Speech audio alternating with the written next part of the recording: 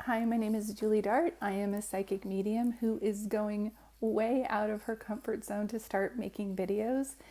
I do private readings and I love doing that. And I can even speak in front of large groups, which I love to do in kind of like a forum setting. And I've taught classes on this and did random readings for the audience. But somehow sitting here and doing a video just making me feel so vulnerable. But it is, I pray for guidance all the time. And this has been a message that I've heard repeatedly and I've just not done. So I'm putting myself out there in hopes that it helps someone along the way, which is why I do the work I do anyway. So I just wanted to introduce myself. I have been doing readings, well, my whole life. I just didn't know that there were readings, intuitive readings. And it wasn't until I was in college that I really started to think maybe I am psychic because people keep calling me that, because I would have premonitions that would happen and I would just know where people were. And this is way before Facebook or any social media of any kind, or texting or phones. And I would just have a feeling that someone would be somewhere. So many times my friends in college referred to me as being psychic. And so it wasn't until I was graduated from college and I had just newly been married and I had left town not saying goodbye to some people. And one of the people in general was a friend of mine. And I really didn't get a chance to say goodbye to him, but I was like thinking about him the whole time. So this is about a year after I graduated. So it's about 1992. And I woke up at 3 o'clock in the morning and this person was in my dream. And the dream was that they were rocking back and forth in a fetal position and they were crying. Now, this guy, I never saw him cry. Not that it's, side note, not that it's not okay for a guy to cry, because it totally is. I had just never seen it. And so to have a dream about him bawling his head off was really unusual, especially for what I knew about him. But he felt like in such pain. And so I got dressed, like went to work, and just really felt sick to my stomach. So I had to leave work early and I just couldn't even think straight.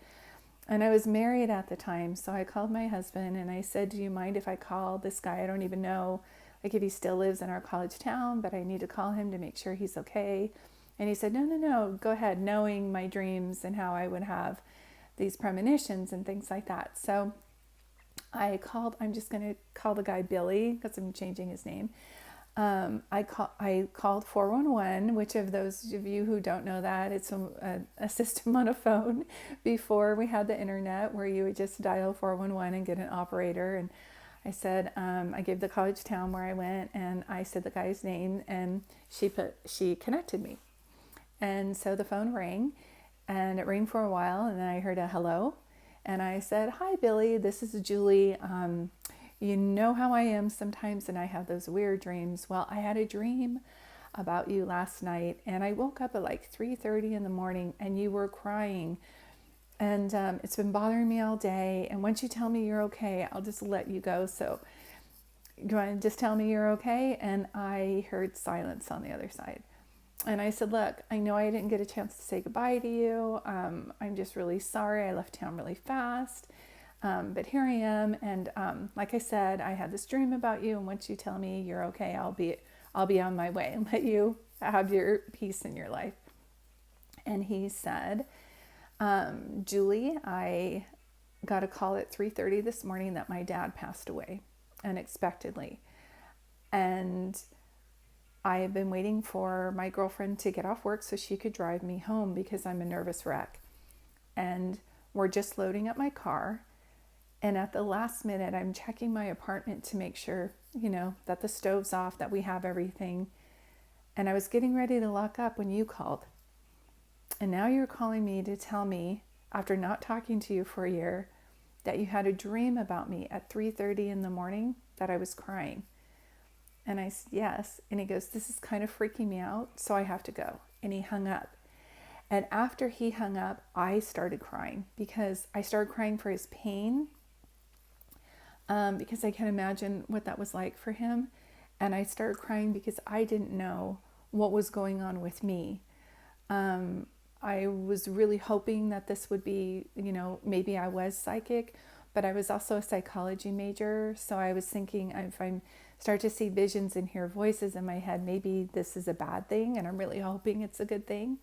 And so it was at that point in my life where I started kind of keeping a journal and really standing in my power, as far as like if I had a dream about somebody or a premonition, instead of hesitating, I did tell them. And 9 out of 10 times it would be, the dream would be real. I would have dreams that people were pregnant when they weren't even trying or didn't even want to have a third child, and that we were walking together holding hands pregnant, and then I was pregnant and so was this other person unexpectedly. So there are just premonitions and things like that that started to come to fruition. One of the things that I started to do was I started to kind of read as many books that I can. I don't remember YouTube being around then. So I just started reading as many books as I could. I started to go to metaphysical stores. I started to like collect crystals and incense and white candles and start praying, like, and journaling. That's kind of what I was doing so far.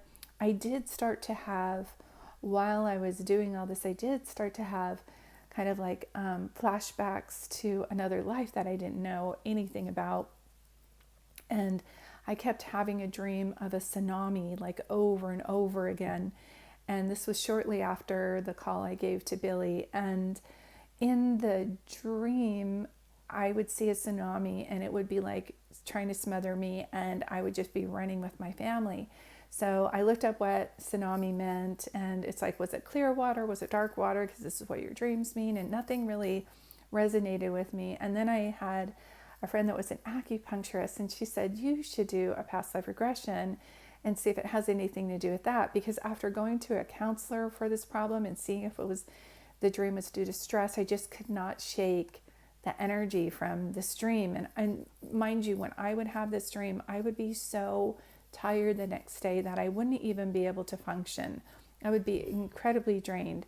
And so I heeded my friend's advice and went to this acupuncturist and went through kind of like a past life regression. And I could see in that life that I was a healer. And in this lifetime, I was like, I don't even know what a healer is. Like, is that a thing? We didn't have that on career days. So what is a healer? Like, I don't know. And I could see that we were kind of in this place that I later resonated with when people talk about Lemuria. And we were there, and I was young, but I did not know sickness in that life. I just didn't. Everything was so beautiful to me. And if anybody got sick, we would pull them into this tent area that was just beautiful and clean. And everybody would pray on them and feed them healthy food and like rub their feet and give them massages. It was just all this thing until they got better. And that was the same with mental illnesses. We would just stay with someone and help them through any of their problems. So in that lifetime, I remember going back even now when I'm reminiscing on it, saying that it was a life of peace. I just missed that life because I don't remember anything being harmful. And she said, okay, let's take you to the end of that life. And the only thing tragic about that life was my ending, which was with water. And it wasn't a tsunami like I had in my dream. We were on, looked like barren land. And the leaders were kind of looking at us saying, like, we need to gather our things and start climbing up this mountain because a lot of water is coming. But somehow I tried to get contact with the leaders, and none of them were giving me eye contact. And I thought, they don't know what they're doing. They're scared too. This is the first time where I remember, like, they don't know what they're doing. And so we started climbing up this mountain, and mind you, it wasn't a mountain where the roads were paved. We were just all climbing, and the water was rising and rising from the rain. And soon enough, people started falling off from the cliffs of the mountain into the water, and I fell into it. And I remember crying when I was passing away, saying, I haven't had any children yet. I want to have children, which is so crazy because in this lifetime, all I wanted was to be around children and to have kids. It was like so important to me. But it was like a nonstop thought I've had since I was 5 years old. You know what I mean? Like, to be a mom. I want to be a mom. So let me go back to, she takes me to the end of that lifetime and she said, is there anything there that you forgot? And I said, yeah, there is. There's something I forgot. I got a certain level with my healing abilities, and it was a cross with crystals on it and feathers, and it meant serenity, and I want that back. And so she said, in your mind, just grab the cross and take it back with you. And I said, okay. And so I did that, and I woke up feeling really kind of a little bit tired and foggy, but really kind of, I can't really describe the feeling other than I just felt really relieved. And so after that past life regression, I never had that dream again, not even once. And it was amazing to me because it may seem like a small thing to some people, but I would have that dream like at least 15 times a month. So that's 15 days, like half the month, where I would be out of commission for those days following it. I would be so tired, no amount of caffeine or anything would help me. So it was a great relief. So that's why I started believing in past lives. It was something that really resonated with me. And I just really thought, yeah, I've always felt like I had been here before, and things like that. So I wanted to share little stories with you guys at a time. And that's kind of like how I started on this path and who I am. And I think I'll pause here for right now, and I'll just start making little segment series as we go on. But if you have any questions or comments, please comment below on anything that you guys would want me to talk about. I feel really guided to start teaching as well. And for those of you who might be inquiring about, I do have a book called I Am Home.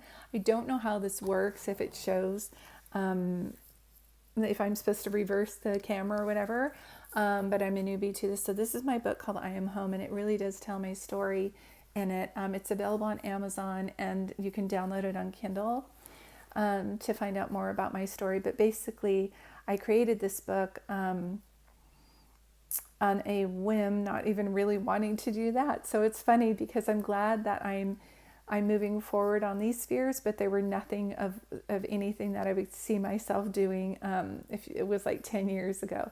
So I'm going to pause here and just end this for today. But I'm hoping also that this is reaching somebody who's kind of either going through a spiritual awakening, or you are searching for a medium and you just really want to get to know somebody before you get a reading from them.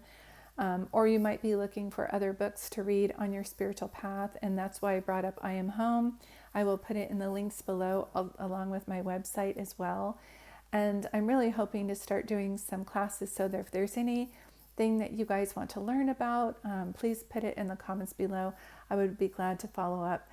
As I said at the beginning of my readings, or the beginning of this message, I do always call upon God and the angels. And with your permission today, I would love to do that before closing. Okay. Okay. God and angels, I want to thank you for this gift and helping me become a clear channel. If there is anybody watching this today that was guided to watch it, I'm just praying that you help them start to heal in any part of their life that they need healing in.